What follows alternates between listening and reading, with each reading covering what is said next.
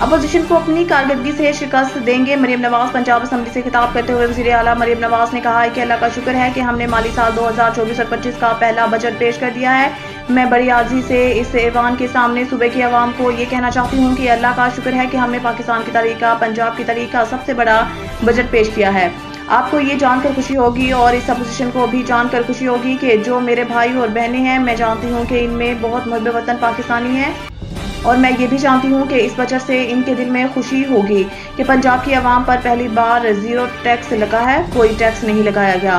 انہوں نے کہا کہ 100 دن میں جتنے کام پنجاب حکومت نے کیے ہیں، انہیں ایک بجٹ تقریب میں سمیٹنا ممکن نہیں تھا۔ اپوزیشن جتنا بھی شور کر لے، یہ ان کی مجبوری ہے کیونکہ ان کے پاس کہنے کو کچھ نہیں ہے۔ اپوزیشن کو ہم اپنی کارکردگی سے مات دیں گے۔ فائنانس بل میں ترامیم قومی اسمبلی میں پیش، پیٹرولیم مصنوعات پر عائد لیوی میں اضافہ بھی شامل۔ اسپیکر قومی اسمبلی سردار ایاز صادق کی زیر صدارت ہونے والے اجلاس میں وزیر خزانہ سینیٹر محمد اورنگزیب نے فائنانس بل میں ترامیم ایوان میں پیش کی۔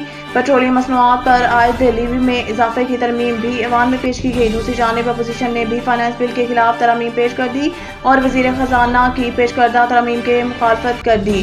خیال رہے کہ وفاقی حکومت نے مالی سال 2025 کے وفاقی بجٹ میں پیٹرولیم لیوی کو موجودہ 60 روپے فی لیٹر سے بڑھا کر 80 روپے فی لیٹر کرنے کا اعلان کیا ہے، تاہم حکومت وقفے سے 20 روپے فی لیٹر پیٹرولیم لیوی عائد کرے گی۔ توہین عدالت کیس، سپریم کورٹ نے مصطفیٰ کمال اور فیصل وابڈا کی معافی قبول کر لی۔ سپریم کورٹ نے فیصل وابڈا اور مصطفیٰ کمال کی غیر مشروط معافی قبول کرتے ہوئے دونوں کے خلاف توہین عدالت کا نوٹس واپس لے لیا۔ چیف جسٹس پاکستان قاضی فائز عیسیٰ نے مصطفیٰ کمال اور فیصل وابڈا کو روسٹرم پر بلا لیا اور ان سے مکالمہ کرتے ہوئے کہا کہ آپ پارلیمان میں عوام کی نمائندگی کرتے ہیں، ہم آپ کی عزت کرتے ہیں اور امید ہے کہ آپ بھی ہماری عزت کریں گے۔ جسٹس قاضی فائز عیسیٰ کا کہنا تھا کہ ایک دوسرے کو نیچا دکھانے سے عوام کو نقصان ہوگا۔ پارلیمان میں آرٹیکل 66 سے آپ کو تحفظ ہے، باہر گفتگو کرنے سے آپ کو آرٹیکل 66 میسر نہیں ہوگا۔ چیف جسٹس پاکستان کا کہنا تھا کہ آپ لوگوں کی غیر مشروط معافی قبول کرتے ہیں، آئندہ اس معاملے میں ذرا احتیاط کریں۔